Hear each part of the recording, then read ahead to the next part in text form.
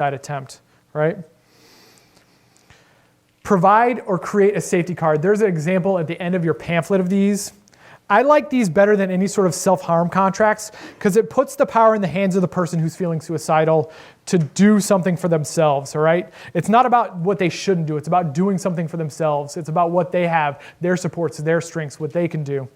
Self-harm contracts seem to be much more about liability and less about actually keeping a person safe. Too often a person will sign a self-harm contract and the subject of suicide just never comes up again, and that's a real shame. This is a quote by Viktor Frankl in Man's Search for Meaning. Those who have a why to live can bear with almost any how. And I believe that is true.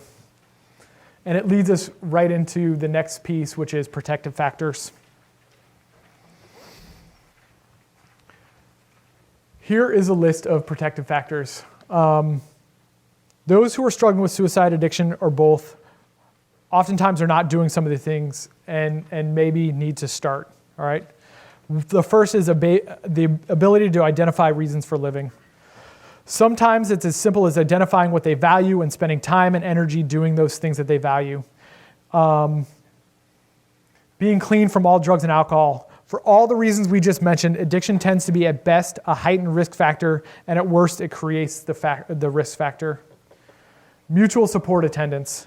AA and NA helps a person create deep connections with others.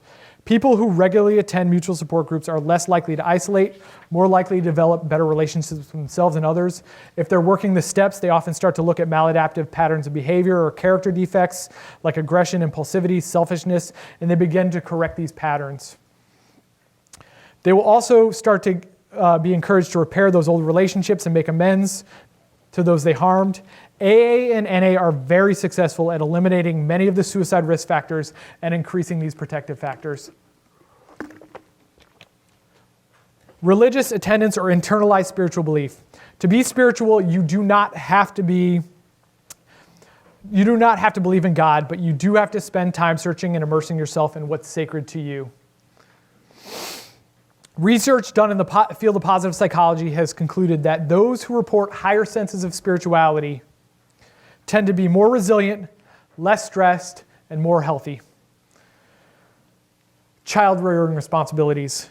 Those who have a tie with their children and feel a sense of responsibility to their children tend to have the why and go to treatment or ANNA for the how. Intact relationships with the family, spouse can be a major protective factor, and trusting relationships with counselors, caseworkers, sponsors can be a start of a real upward spiral.